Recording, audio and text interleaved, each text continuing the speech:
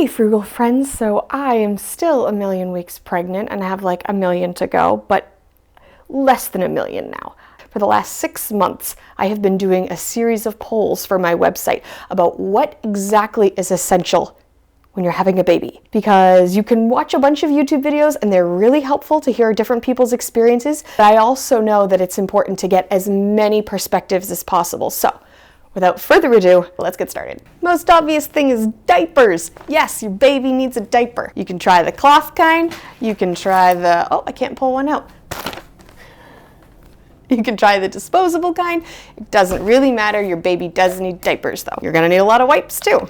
Also going to need some form of diaper rash ointment. We started with our first daughter cloth diapering, so we got cloth diaper safe diaper ointment.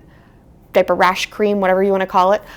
It looks more like olive oil. It's very, very thin. It's not like clumpy and goopy like you would get if you were using a Destatin. We prefer that. Not an essential. Unless you're doing cloth diapers, then you actually do need specific kinds of diaper rash cream, because if you use stuff like the Destatin, it'll ruin your cloth diapers. You're going to need some kind of washable. It's nice if they're reversible, but definitely like waterproof changing mats. Probably get a couple of them, especially if you are going to be setting up diaper changing stations in different parts of your house. I really like having a little caddy container thing. That way we can just do diaper changes wherever we want. Some people call them diaper caddies. You can get fancy diaper caddies. This basket was $2 at the thrift store and it works the same. One of the most controversial non-essential things, however, was the diaper bag.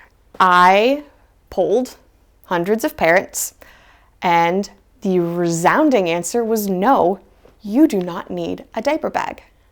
You do need something, because you're going to be going back and forth into pediatrician's appointments and daycare and all the other places. You need something to put all your gear in. But it doesn't have to be a diaper bag. You need something that has lots of compartments. You need something that can easily be wiped out. So if it's all like fancy fabrics on the inside, not a great candidate. You are gonna want something that functions as a backpack though, and not one of those single over the shoulder ones. I tried that, so did a lot of other parents in that survey, and they just complained that it kept sliding off their arm, especially when you're also trying to lug the baby car seat. You know, the one for like your little itty bitty baby, and you're trying to do two things at once, doesn't work.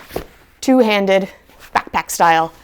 If you look at most diaper bags, the only difference, as you can see it here, insulated pouches, which some people use for bottles, but really that's it. So if we're talking essentials, what is the thing you essentially need? A bag, probably with 2 straps. Lots of pockets. We currently use a diaper bag because it was a gift that was given to us. In fact, a lot of the things I'm going to talk about are, yes, we use this other thing because it was a gift. And the only thing better than getting all of your essentials is getting free things. Which is why I talked about that in my video on freebies that you can get from a baby registry, which you can watch next. Next, let's talk about sleeping. Your baby needs to sleep somewhere. Probably many somewheres. When they're a newborn, they can sleep in a bassinet. They can sleep in a pack and play, either with or without bassinet attachments. They can sleep right in a crib, or they can sleep in a thing called a mini crib, which is new. I just learned about that recently. Technically 5, they can sleep in your bed and do some form of family bed or co-sleeping. I'm not gonna get into that can of worms here, but I will say that our family does it with some regularity for the first few months. As far as what is essential and what was recommended by the most moms when I did my polling, get the pack and play with a bassinet attachment on top. We're trying to cover what will get you the most longevity, the most use, save you the most money you can. If you have extra budget to get things that are nice, not 100% necessary, bassinets are a really good option. We were given an arm's reach co-sleeper, which means it has a drop down 4th wall and it like literally hooks underneath our mattress so it attaches to the bed. It's excellent, especially if you're a nursing mom or you're hoping to be a nursing mom. I can just kind of like grab my baby and nurse the baby in bed without really having to wake up, and then I can put them back. it's a ton easier. It really increases the amount of sleep I get. Also, for the record, I've included links in the description to everything that both me and all of the other moms I was polling considered essential. If you're interested, for two reasons. One, it's useful to see exactly the products I'm talking about. Two, it gives you an opportunity, if you're interested, to support this channel in some way, if you thought the content was valuable and you want to help me keep producing more. But for the love of all grapefruit, before you go and buy new things, please look for them secondhand. There are so many places online. I can talk about that in another video if you want to know about how I get most of my baby gear free or secondhand. If that's something that's interesting to you, I'm happy to make a video about that as well. But eventually your baby is going to outgrow either a bassinet or the bassinet portion on top of a pack and play, which is why you will have to either get a crib in addition, or you can just keep using the pack and play, but take out the bassinet portion and the baby can keep sleeping in the pack and play. If you need the essentials and you're really down to the wire, pack and play with bassinet attachment or a crib. Other things related to sleep that are important and definitely essential. You'll want to get a waterproof mattress protector because babies have a lot of bodily fluids. Because of all the bodily fluids, you will probably be changing baby sheets much more frequently than you're used to changing your grown-up sheets on your bed. So 2-3 sets of sheets, that way you're not, at 3 a.m. realizing, oh no, I have no more sheets to put on baby's bed. There's also 2 sleep aids, which definitely essential. I didn't think they were when I was making my first baby registry, but boy, was I wrong, and all the other moms I talked to when I was doing my surveys agreed that I was wrong. So one, you want some kind of swaddle. I prefer the Velcro ones because they are idiot-proof. And especially when you are very tired and it is the middle of the night, you will appreciate having something that is idiot-proof, and you won't have to try to remember how the nurse in the hospital did like the magic foldy thing around your baby to get them to be quiet and go back to sleep. Maybe if you're really good at origami, you'd be really good at having muslin swaddles work just fine for you, but for the rest of us, they make Velcro swaddles. Once your baby figures out how to roll over though, they can't use the same swaddles anymore. At least they can't use the swaddles that only have their hands, what's the word? What's the word for this? Confined is the word. Any baby swaddle that can only function in one way, which is to restrict arm movement, you can't use that once baby rolls over. If you get a kind of convertible swaddle where there's like one position that goes like this and one position that lets the baby's hands move around, those are safe to keep using. However, we have also found a lot of use in what's called a sleep sack. A sleep sack is just what it sounds like. It's a garment that you stick your baby in and you zip them. And they're really smart, most of them, because the zipping starts at the top. So if you just need to do a quick diaper change in the middle of the night, you don't have to get them all out. You just zip a bit at the bottom, change, zip them back down, and put them in bed. You know what a pacifier is. You know that they're probably useful. I don't have to tell you that they can help soothe your baby to sleep. Get a couple. Don't go crazy though, because babies get picky and they'll tell you which kind they do and do not want, and those are the kinds you'll have to keep buying. The last 2 items I can't actually show you because they're currently in use in my children's rooms upstairs because I film at night when they go to bed. So I'm talking about having some kind of sound machine, having some kind of baby monitor. I haven't tried the fancy Hatch that everyone is talking about. I got a sound machine off of Amazon because I was tired of using a white noise app on my phone and having to leave my phone with my sleeping baby. I would suggest the $40 sound machine on Amazon. In fact, we've actually bought 2 because we liked the version we got so much. Baby monitors, we also got the dumb ones to start with, and now we also have a Wyze Cam, W-Y-Z-E. They're not marketed as baby monitoring products. I think they're marketed for home defense. Baby monitor, sound machine, both essential. All right, let's talk about feeding stuff. If you're gonna be formula feeding your baby, you will need some kind of formula. This came free in the mail for me. You'll also need some kind of bottles. This also came free in the mail for me. Funny how that works. I haven't had to formula feed either of my children, so this is the one that I am least experienced in. But I did talk to plenty of other moms in this survey. You're gonna want bottle brushes because you need to clean out bottles. You're also going to need a ton of burp rags, way more than you think you'll need. Mostly because the more burp rags you have, the less frequently you need to change your baby's clothing, and so fewer articles of clothing you need to buy And for yourself too, because babies spit up all over us. And the ones you really want to get are the ones that are actually marketed as cloth diapers. They are wicked absorbent. I love them so dearly. You're also going to need breast pads, whether you're formula feeding or nursing. This was something I didn't think about until I did my survey, and I heard from a bunch of moms who were like, yeah, I was going to formula feed, didn't think about the fact that I was going to be leaking for like a week or two. And unless you want to just be like stuffing your bra full of tissues or something, you're going to need some kind of pads. Luckily, disposable nursing pads are really, really cheap, and you can get a giant box for under $5. And then if you are going to be breastfeeding, you actually need more supplies than you would think. You're going to want some kind of nipple cream. I like the Medela lanolin lotion because things get tender and a little bit sore.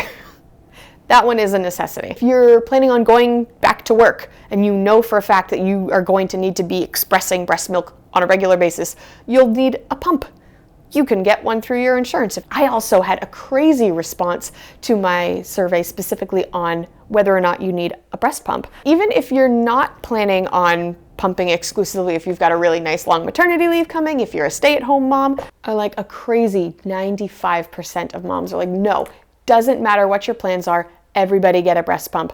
Especially a lot of people talked about having a manual pump. This is called a haka. It uses suction to attach to you, and it's amazing. And even if you aren't using it to fully empty your breast and you just want to use it to catch like extra dribble so you can start a milk stash, which is why you're going to also want to have at least a couple disposable milk bags on hand. Let's also talk about bibs. You probably will want a few bibs. I didn't use them as much with either of my children. So if I were the only model in the universe, I would say, no, these are not an essential piece of baby gear. But a lot of other moms disagreed with me. And I think it's because, especially if you've got a formula-fed baby, there's often a lot more reflux going on, and there's a lot more spit up or projectile spit up or whatever else happens. So bibs, they help you keep your baby's clothing looking nicer longer. Ooh, that's a fun sentence. Last thing I'll talk about in the feeding section is breastfeeding pillows. This is called a boppy. There's another one out there called My Breast Friend. There's a couple other brands out there. I've tried a few of them. They can be handy, especially when you're learning with your first baby and you're like propped up like with 4 pillows under each arm and you're like, I don't know what to do with this. They're very handy. I still don't think I would call them essential. I think I would put them in the middle category of, it's not an awful purchase. It's not a total waste of your money, but you can just use pillows. If you've already reached the edge of your budget and you're like, I don't know, should I get the boppy, should I not? You will be okay if you don't have a boppy. It's not going to be the worst thing in the world if you don't have a breastfeeding support pillow. All right, we've covered diapers, sleeping, feeding. Let's talk about travel stuff. Obviously, if you plan on driving your baby anywhere, you need a car seat. If you're driving home from the hospital, they won't let you take your baby if you don't have a car seat. So get a car seat. I also was kind of surprised. The most responded to survey of all the surveys I did was on whether or not you need a stroller. People had very strong opinions about how much you need a stroller. 1,400 moms responded to that survey, and the resounding answer was yes, you need a stroller. There's a couple different kinds. There's the umbrella kind that is really, really compact. There's the jogger kind, which is really, really sturdy. And then there's like your in-betweeny, which is very convenient because it connects to your car seat, and they call that a travel system. We just got the cheap Graco option. It's really hard to go wrong with Graco. That's one of the common brands you'll find at like a Walmart. Also in the travel category, here is our old Reliable. It hasn't yet been inserted into our minivan, but it's got to happen soon. Baby's coming. These are really useful. You put them on the back. You put them on the back of the seat so you, as the driver, can look in your rearview mirror and see your baby. Very, very handy. It gave me a lot of peace of mind when I could see her and not have to like pull over and check on her. But I was a pretty anxious first-time mom. The other thing you're going to want as like an essential if you're in a cold climate is one of these car seat covers. This one is lined with fleece, and it just means that it's one less thing you have to think about when you're putting your baby in and out of the house. You'll probably still want to put them in there with a blanket, but because you can't put a baby in a coat in their car seat and be safe, you need other like layers of protection against the elements. Let's talk about baby carriers, because I knew that I loved mine to pieces.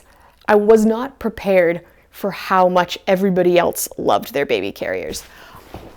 There are kind of three basic options. You've got your wraps, many of which you have like a bunch of different layers, and you do that, and then I felt like I lassoed a donkey, and then you stick your newborn in the pouch you made. That's a wrap. You've got slings, which have like a ring here, and the baby hangs out here. Those two are usually just for like baby newborn options. And then once your kid is a little bit bigger, they graduate into a carrier. I love my Ergo. I don't think they do not even sell this model anymore. But when I was asking around to do my surveys, the Ergo 360. They also make infant inserts to go into these. So if you don't want to learn how to do a wrap or a ring sling, you can just use this with a special insert so you could fit a newborn safely into one of these. And I have, and I love that. Believe it or not, having some form of baby carrier was widely voted, yes, absolutely a baby essential, you'll want to get one. The problem with these is that there's many different styles, and you have no idea which kind your baby is going to want. So when you're trying to pick one, check if your area has something called a baby wearing lending library, or something to that effect. Check what your area has. That way you can pay some kind of nominal fee and just try a bunch of them with your baby. Sometimes you can even get like an expert to help you check the fit to make sure you're wearing it properly. If you can do that and then find the style of baby carrier, the brand, the style that fits your body best, keeps your baby happiest, easily the best money you can spend. If you don't have one of those near you, which if you don't live near a big metro area is probably the case, again, try to buy secondhand, because I bought that Ergo baby carrier for $30 on Facebook Marketplace when they go for like $150 now.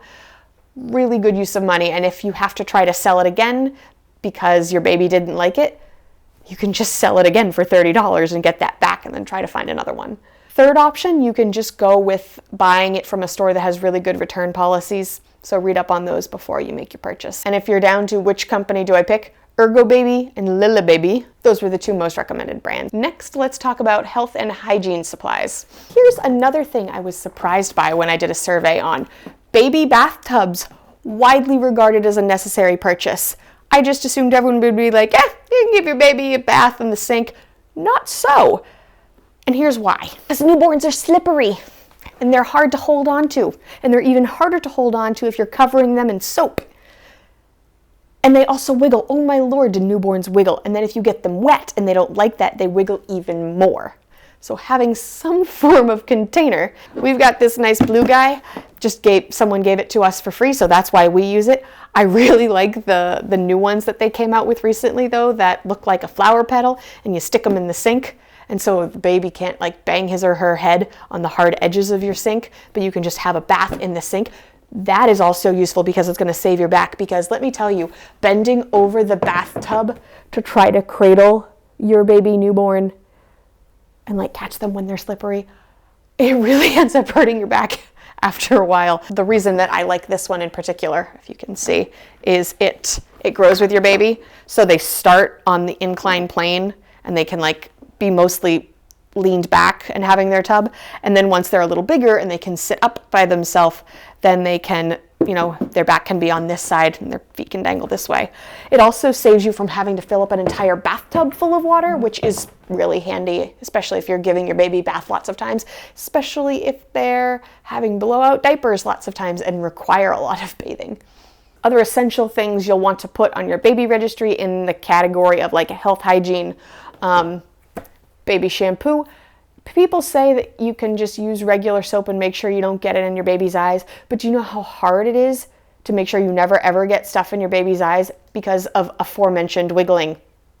Just go with the baby shampoo. It's much easier. Saline drops, really useful, because when babies get sick, there's basically nothing you can do for them except for like spritz some saline up their nose and then suck all the gunk out. This is a nasal aspirator, also called a snot sucker, and you're going to want some kind of one of these. I thought it was the grossest thing ever when I first saw them in stores and thought, how could anyone buy that and use that with their baby? And then my husband, who was a very, very smart man, after a few months of our colicky baby getting sick and cranky, said, you know what, honey, why don't we try it? And then the first time we used it, I'm pretty sure like choruses of angels came down and sang to me as our baby was so happy to have all the gunk out of her nose. You're gonna want one of these. Essential. Children's acetaminophen. Here's the fun trick. You bet you haven't heard this one yet. Children's acetaminophen and infants' acetaminophen are the same dosage. The active ingredient in each 5 milliliter dose is 160 milligrams, whether you're talking about baby or infant version or children's version. The only difference is how they come to you. So the baby version is going to have a little syringe, and the cap, I think this is the children's one, it's just going to be a hole, but the cap has like a little extra plastic guard so you can tip the bottle upside down and get it out. And then the children's one, it's just a tube with a hole, a normal sized hole. So it's a little easier to get medicine for a baby who needs a tiny little like baby Tylenol thing. It's easier to get the medicine out if you get a baby version of baby Tylenol, but the children's is usually cheaper and it's the exact same product inside. So once you have at least a couple of these running around your house because you've bought other bottles, you can just switch to only buying children's. You're welcome. So if this video has been useful to you, it's helpful if you leave a like because that tells me that this content is valuable and I can continue producing more of it. Liking the video also tells the YouTube algorithm that the video is useful and it can spread to more parents who want the information. So thank you. Other two definitely essential baby items. You're going to want some kind of thermometer. This one goes in their ears or their forehead. You're also going to want some kind of nail clipper. Here is my favorite. I've tried a bunch of different nail clippers. This one's my favorite. If you can tell, there is a tiny window, like a hole, right there. And that's so when you're clipping your baby's nails, you can see exactly what you're about to clip before you clip it, so you don't make them bleed. I mean, you're gonna do it. For the record, don't beat yourself up because you will make your baby bleed when you're clipping their nails at least once, and it's okay. They get over it. They cry a little bit, but you didn't damage them permanently. It's okay. And then I have 3 more items that fall under that. You can get it if you want. Not everyone thought it was essential, but enough people did that I thought it was worth mentioning. This is called gripe water. Jury is still out on how effective gripe water really is. Some parents swear by it, some just say it's bogus. But especially if your baby is crying and crying and crying and you don't know why and you just want to try something, there's nothing wrong with trying gripe water. It's supposed to help them naturally pass more gas with the assumption that the reason they're crying is their tummy is upset because there's air built up in there and they need to pass it. I know when I had my colicky newborn, I was very grateful to have gripe water and just at least feel like I was doing something to help her when she was so upset. This says baby wash. Pretend this is baby lotion. I thought I grabbed the baby lotion. Baby lotion, another one of those, nice to have. Some parents swear by it. I've never really used it with any of my kids, but plenty of other moms, when I surveyed them, did think it was essential. So, especially if you're getting the little freebies from all of your Amazon goodie bags, just keep some of these handy and see if you like them, see if your newborn likes them, and go from there. And lastly, face cloths. If your face cloths are already soft enough, you don't need to get special baby face cloths. There's nothing magical about this tiny piece of fabric when you put it on your baby. Like, it's a washcloth. Same with hooded towels. Some people, I don't know why, every single baby registry list I read online says you need hooded baby towels. My babies couldn't stand them. Plenty of other babies I know can't stand them. We just use towels, the normal kind of towels that are soft. Oh, the other thing I'll mention, humidifiers. Because again, babies, when they get sick, there's very little you can do for them. But one thing that really does help them just get all the gunk out of their system is having a humidifier in their room. I don't care what people say, it does not matter what kind you get. This was the $20 one at Walmart. Baby, you've been really good for this filming session. You haven't been doing flips or kicking me in weird places. Thank you very much for that. Last category I want to talk about is what I'm calling a put-down place. Because if this is your first time being a parent, you might not realize what a problem this is. Eventually, you are going to have your lovely sleeping newborn, and all of a sudden you have to pee. or you want to shower, or you just want to not be touching another human for 5 minutes. You need a put down place for your baby, especially if you have pets or older children or, I don't know, like elderly adults who aren't super stable on their feet. You can't just put your baby on the ground. You need a put down place. When you start reading these baby registry checklists, the put down places are always where they get you. They make you think that you need the rock and play and the jumperoo and all these different things. The truth is you do not need all of them. You need at least one of them. So when I did my polling and I asked all of the parents, where do you put your kid? The bouncer, which I have over here, whole hip. I'm on tonight, now my hips don't lie, na na na na na na. Bouncer, pack and play, swing, jumperoo, bassinet, all of these different things I polled, and almost every time people said, nope, not essential, nope, not essential, nope, not essential. And it's because there's so much variety in what your kid is going to like. And they're going to tell you what they like, and they're going to be very loud about telling you what they like. So the only advice I can give you when it comes to picking out what is essential is to maybe not buy anything at the beginning.